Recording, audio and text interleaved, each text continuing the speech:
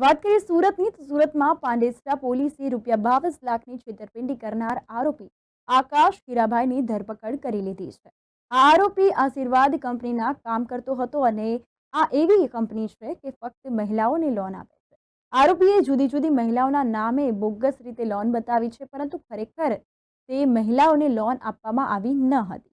લોનના bogus document બનાવી આરોપીએ આ તમામ પૈસાઓ પોતાના અંગત કામો માટે વાપર્યા હતા, જે મામલે કંપનીના મેનેજરે પાંડેસરા પોલીસ સ્ટેશનમાં ફરિયાદ નોંધાવી હતી। પોલીસે છેતરપિંડીની ગુનો દાખલ કરીને આરોપી આકાશ હીરાભાઈની ધરપકડ કરીને વધુ કાર્યવાહી હાથ ધરી છે।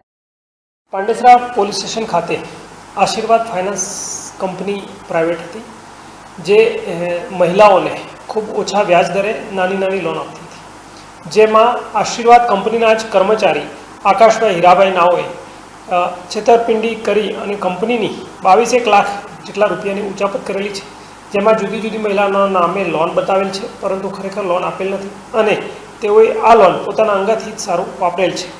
જે મતલબની ફરિયાદ ભાવેશભાઈની રજીસ્ટર કરી પાંડેસરા પોલીસે ગુનો દાખલ કરેલ છે અને ગઈકાલે આરોપી આકાશ હીરાભાઈ નાઓને અટક કરવામાં આવેલા છે અને મુદ્દામાલ રિકવરી માટે પીએસઆઈ શ્રી પુરાણી નાઓ તપાસ ચલાવી રહેલા છે અને આગળની કાર્યવાહી તેઓ દ્વારા કરવામાં આવી રહી છે।